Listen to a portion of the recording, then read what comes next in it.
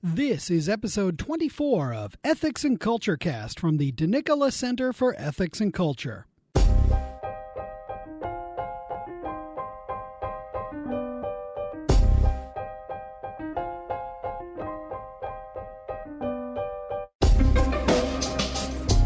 Welcome to episode 24 of Ethics and Culture Cast from Notre Dame's De Nicola Center for Ethics and Culture.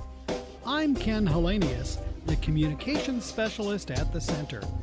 In this episode, we sit down with Elizabeth Lev, an art historian, one of the world's leading experts on the Vatican Museums, and the center's Fall 2018 Miser Fellow. We talk about the history of the Vatican Collection, its role in Christian evangelization, the significance of the Basilica of Saints Cosmas and Damian, and a bit about her newest book, How Catholic Art Saved the Faith. Let's head into the Marion Short Ethics Library for this week's conversation.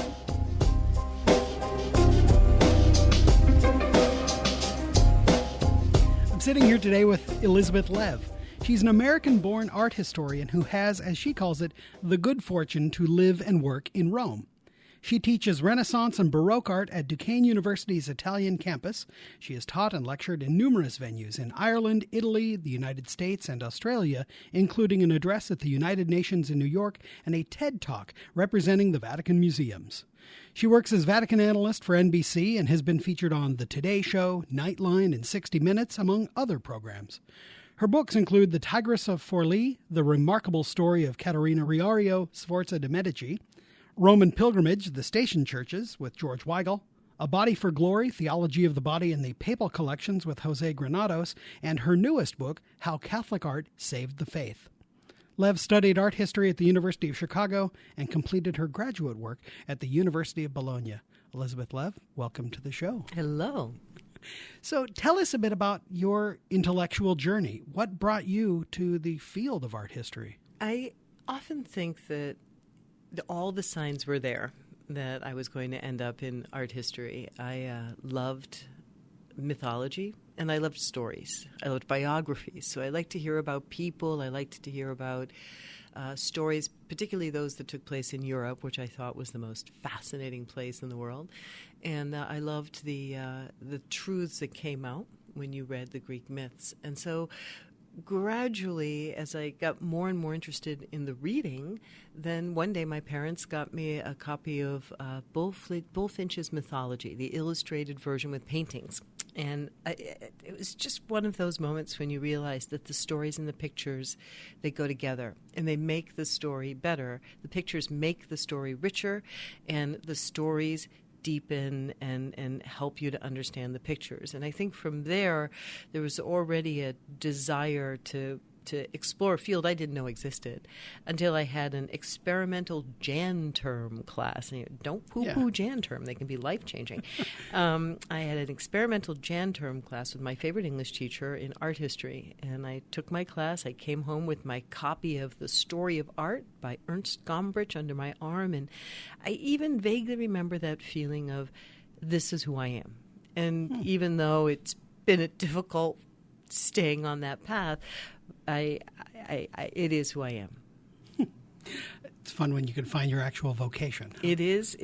But it's a little bit more than fun. It's a little bit of it's a gift. I realize it every day that the worst day I'm having in the Vatican Museums is just never going to be that bad a day. Right.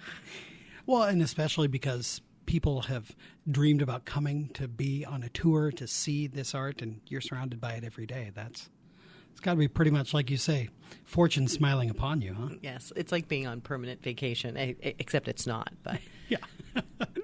Well, you regularly speak at the Center's annual Fall Conference, and 2 years ago you gave a very well-received keynote talk on the history of the Vatican Museums entitled The Gift of the Magi. For those who perhaps haven't yet watched it, and we will link to it, of course, here in the show notes, who were the three benefactors that you described in that talk as the Magi of the Vatican Museums? Well, first off, I was so astonished and grateful to be giving a keynote on this subject, which has been forming in my head for many years. I worked on a DVD for the Vatican Museums, trying to break down 500 years of a museum in, 1 hour DVD. And I began to realize that there's a pattern within the papacy that has constantly nurtured and taken care of this museum. So the three magi were essentially three popes who added different things to the museums. Each one had a particular talent, and at various intervals in the 500-year history of the Vatican Museums, they have given something. So we owe the Vatican Museums to Pope Julius II della Rovere, who reigned up until 1513 was his death. He's the Pope who gave us Raphael of the Raphael Rooms, or Michelangelo of the Sistine Chapel ceiling, the new St. Peter's. But the museum began when he turned over his personal art collection, which he had as a cardinal, and he gave it to the Vatican space. At the time it was called the Belvedere Palace, and put it on display to help inspire other artists to be greater and to be grander. So he had the vision of the museums. The second was the Pope who, in a certain sense, he's the one who found the money for an institution, right? You want it to be big, you want them to come, you want a place to receive and conserve a collection. You need to have funding for it. And so it was Pope Pius VI, fascinating character in his own right, who conceived of the idea of rebuilding the Vatican Museums and opening it to a general public. And that transformation of a private collection into a public collection that's aimed to bring the entire world to its door involved a lot of challenges that he truly rose to. And then the final pope is Pius XI, who's our pope of the 20th century. He was actually the pope of the reconciliation with the Italian state after the unification of Italy had caused an extended separation between the newly formed Italian state and the papacy, which was now restricted into what you know today, the prisoner of the Vatican, you know today as Vatican City State. And he was the first pope to make an overture, at least a very public overture, towards the newly formed Italy. He's also the Pope who navigated the Vatican Museums into the 20th century and the period we're in today. So it's huge outreach, which is very worldwide. So each one of these popes, and of course, there are people in between and important pontificates in between, but each one really gave a special gift to the museum, and you can see the story of this amazing collection as driven by extraordinary popes. Mm-hmm. How important is it that, as you say, that turn to make it a public museum? I mean, this is a publicly accessible collection of some of the world's greatest art, not owned by an individual, not hidden away, as you say, not in a private collection. How important is that for the patrimony of the world? It's a very important thing on several levels. One is it creates a space where the great art of the past and present of Rome can be brought together. But most importantly, it is a role in outreach and in dialogue. When Pius VI was putting the museum together, we're now in 1770, 1780. Secularism is about to be unleashed on, in fact, he will be, in a certain sense, a victim of the French Revolution. Secularism is about to be unleashed on the European continent. The papacy is not unaware of the increasingly secular mindset that is cast over Europe, and that the leaders of these movements are very interested in the art of Rome, because this republic, the idea of the republic, a view that they have of a Rome that wasn't very religious but just lived on ideals and great moral standpoints. So they're very, very interested in the papal collection as becoming poster children for their own movement. And so Pius VI, actually, he has options. He said, well, put a big padlock on the front door and say, unless you show your Catholic card, you can't come in. But that's not what the church is about. And so he hires an architect and a curator. He redoes the entire collection. Come over to my place. We'll look at some sculptures. And he's famous for having personally led King Gustav III of Sweden on a tour. And the idea was, at times when there is a breakdown in being able to discuss politics or being able to discuss religion, art opens up a door to find things we have in common and a way to discuss things that we don't have in common. So the museum becomes a platform of dialogue, as Pope Benedict XVI used to say, and as well as an outreach to the world. So a hugely significant transformation. Well, now you've given hundreds, if not thousands, of tours of the Vatican Museums. And I'm really interested because what I'm hearing you say is that it's also a tool of evangelization. It's impossible to walk through the Vatican Museums and not obviously have, the Christian story presented and various aspects, including, what it means to be a follower of Christ in martyrdom, what it means to discover the truths of the faith of the Eucharist, to see how philosophy has contributed to a deeper understanding of creation and the world. What are, I guess, some of the highlights that you see when you're giving these tours to people who maybe have dreamed of coming to the Vatican Museum? What are some of your favorite parts? Well, I think, first of all, while yes, there are many opportunities for evangelization, it is perfectly possible, and it happens, I am afraid, a great deal of the time in the Vatican Museums that people visit the Vatican Museums, and the Sistine Chapel is presented as anything but a story of salvation from the first book, Genesis, to the last book of Revelations. It becomes stories of everything the modern age every light the modern age can possibly cast on it. So it's not, the Vatican Museums are not immune from tours that focus on the secular aspect of the works. But for me, what I find is art history, when presented in form of context. If you want to understand the work of art, we do kind of have to understand that the Sistine Chapel was used for 40-odd liturgies a year. And so when we start to look at context, people are usually willing to follow you into a discussion of context.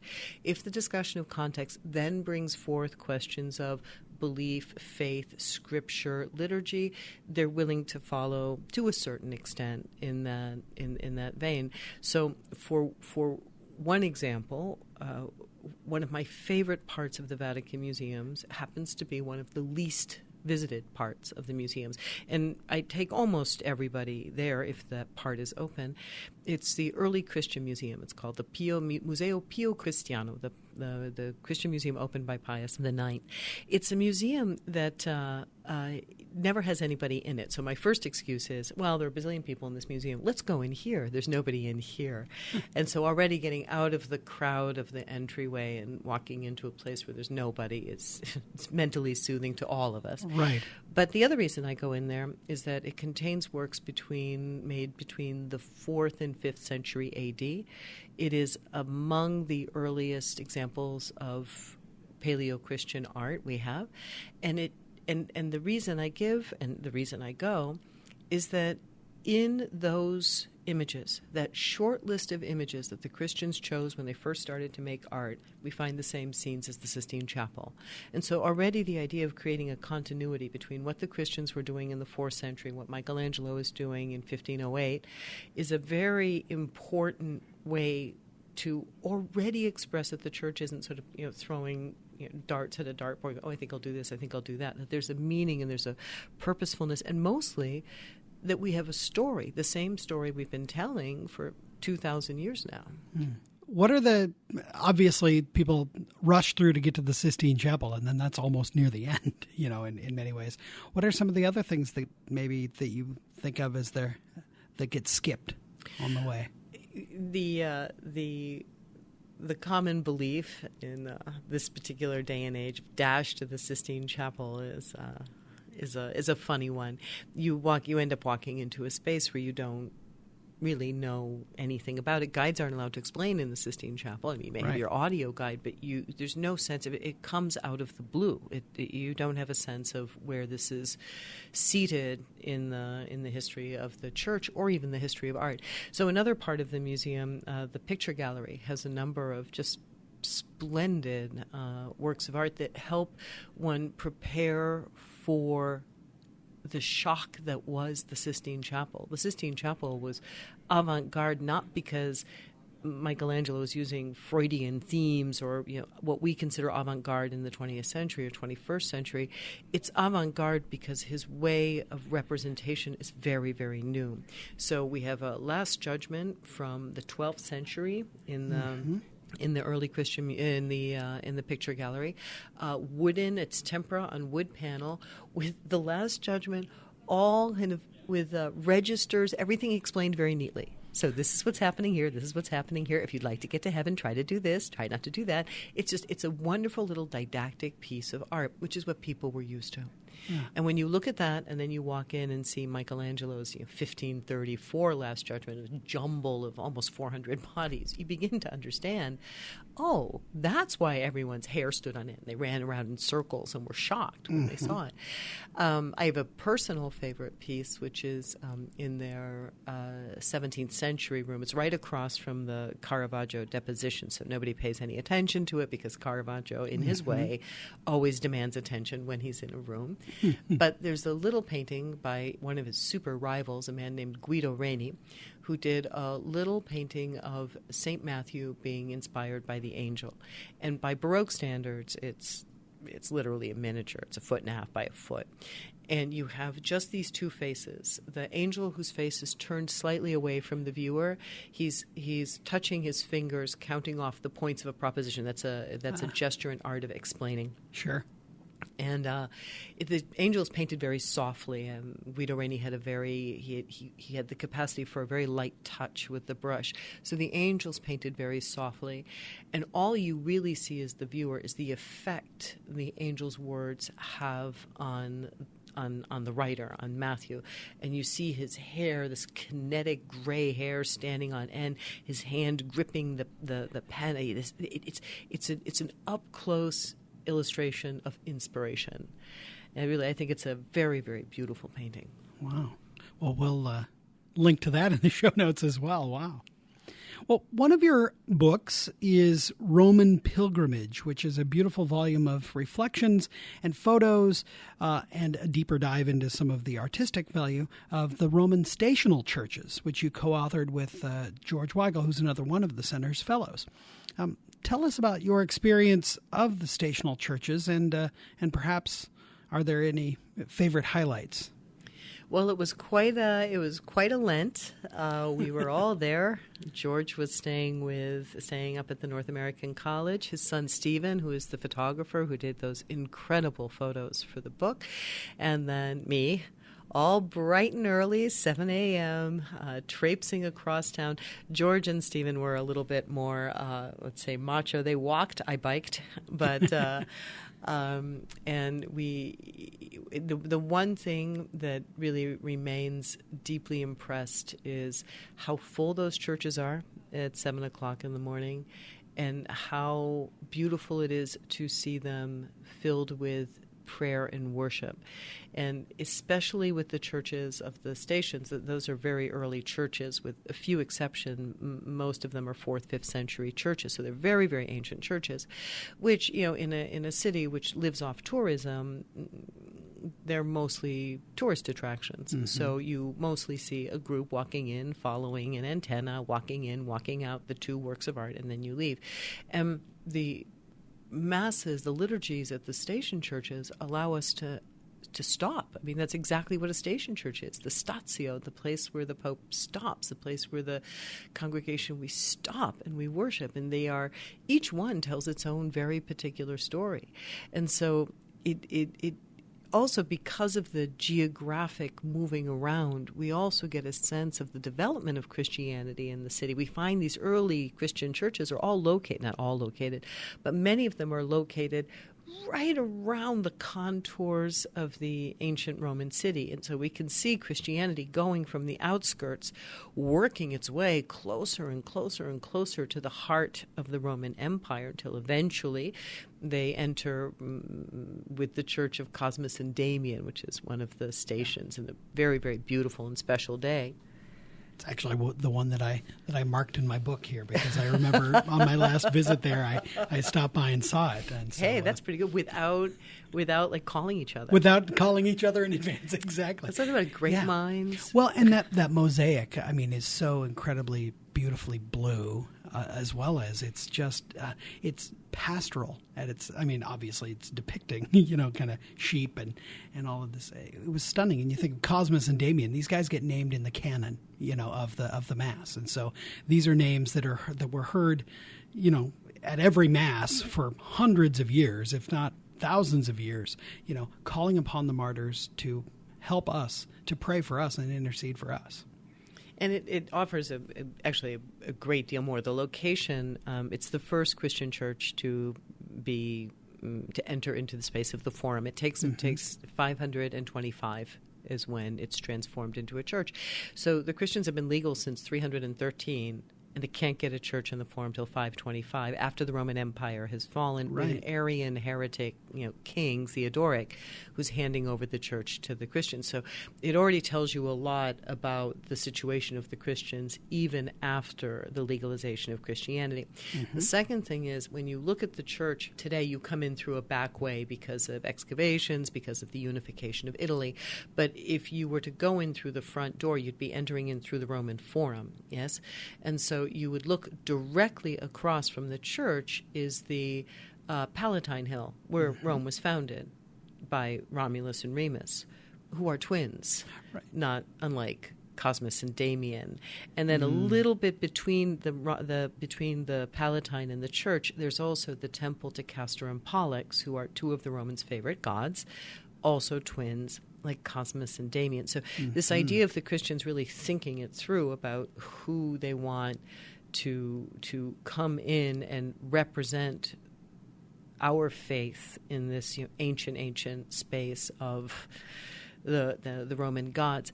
The mosaic itself is particularly striking because of the transformation in the building in 1600, where they had to lift the floor. So it's one of those very rare occasions where the mosaic isn't something like far away in the distance, and you're squinting at it. You walk in, and there's the giant golden Jesus looming above you. Ooh, okay, hi. Right. And the blue ground is a very Roman technique. If you notice, the rest of the churches, mostly decorated from 600 on, they'll use gold backgrounds. So that blue ground mosaic is a sort of a Roman type of background. And then when you look at their feet are planted on the ground. So you have Jesus, Peter and Paul, Cosmas and Damian, and then you have the Pope, who is Felix, and on the right you have Saint Theodore, who's in to substitute the donor, who's an Arian, so he can't be in the picture. Ordinarily, donors get to be in the picture, but in this particular case, there's that little hiccup. So they just put in his patron saint, and he's dressed in really fancy clothes too. But when you look at their feet are planted on the ground. They cast shadows. So the Romans retain a very incarnational art. That's one of the reasons why it feels so real to you. Their feet aren't dangling like flat Stanleys above the ground. They're there. They're resting on the ground. They're part of nature. They're part of this world. But they've already made that transition, and they're also in heaven. So it's a very, very special mosaic for that reason. What are you working on when you're in residence this semester here at the center? Well, I am turning the Gift of the Magi into a book, which will be called The Pope's Art, because my editor thinks that Gift of the Magi is too recherché. O. Henry kind of almost has the corner on that market at this point, right? Wow. So obviously you're expanding on what was a 55-minute presentation, which we have the whole thing available, and again we'll be linking to that in the show notes from the fall conference a few years ago. But what are some of the areas that get expanded in your writing? Well, I see it as in a certain sense, the biography of the Vatican Museums, and it's propelled by my main three characters, but now I can bring in some of the other people who are instrumental.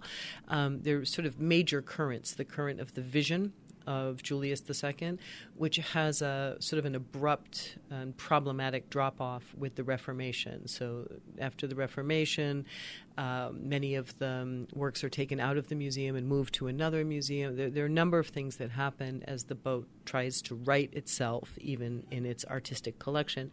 Then there's another kind of giant growth during the course of the 1700s. But as soon as Pius VI creates his collection, Napoleon shows up and loots it. And so it's one of the most tragic stories. He lived to cut the ribbon on this incredible vision of his. He had a 25-year pontificate. He did it, only to watch the best works of his collection removed and brought to Paris. And his successor, Pius VII, has to navigate into this new era, and then there'll be room for Pius IX.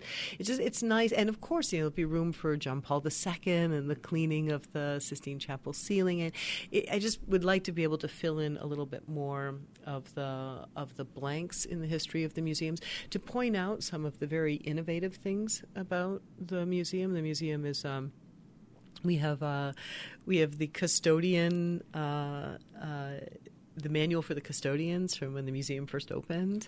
So how employees were treated in the Vatican Museums, the idea of conservation, the idea of installation. These are all things that the Vatican Museum really took the lead on for many years, and it gives us, we are today, I think, leaders in art conservation. So it's a great opportunity to talk about also just fascinating growths and developments that this museum has gone through. Wonderful. Well, finally, tell us a bit about your newest book, which is just coming out right now, How Catholic Art Saved the Faith. What's your idea? Well, a long time ago at the University of Bologna, when I was working on my graduate degree, I was working on the Counter-Reformation, as they called it, and it was a very small church in Rome. And half the time I thought to myself, why am I dealing with this period that nobody cares about? A million years ago, they produced kind of questionable quality art. Why do I care? Little did I know that in 2017, everything I'd learned, everything I'd studied would all of a sudden come to the fore, because the art of the post-Reformation, or what we would call the Catholic Restoration, is an art which takes a church which has been torn asunder, which is essentially the Protestant Reformation, sees the church torn, not just torn, shredded into different pieces. And the edges are so jagged and so ragged that there's such hostility and venom between the parts. So any discussion of sacraments will usually end up with name-calling, screaming, any discussion of intercession, any discussion regarding these sensitive matters of how we are saved and who is saved, end up in a rhetoric that makes it almost impossible for Christians to talk to each other. And the church, while during the Council of Trent, they very clearly and directly reaffirmed church teaching. There's no muddling. Right. But in order to teach that doctrine, they start to recruit artists. And artists produce work that reaffirm the importance of the sacraments. They hold up and explain why we believe in intercession. And in the part of the book that I find most fascinating, art of the 17th century really engages with the challenges of a modern world.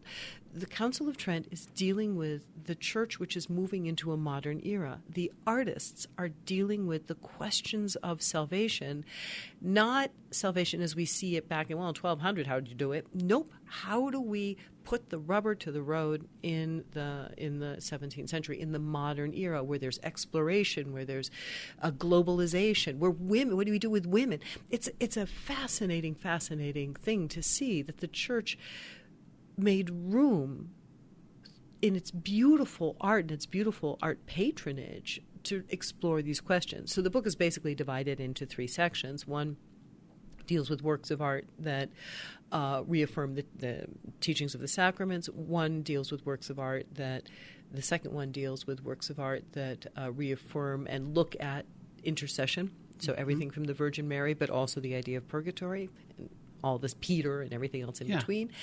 And then the third one, cooperation, talks about this church facing the modern era. And what are we going to do now that we've circumnavigated the globe? How are we going to evangelize these people we've never heard of? To me, that was the most fun part, the most challenging, but the most fun part of writing it. Well, it sounds like it's going to be a good read. I hope so. It's got lots of pictures. Oh, well, there you go. Wonderful. Well, Liz Lev, thank you very much for chatting with us, and thanks for coming to be with us at the center. Thank you. It's great fun here. Good.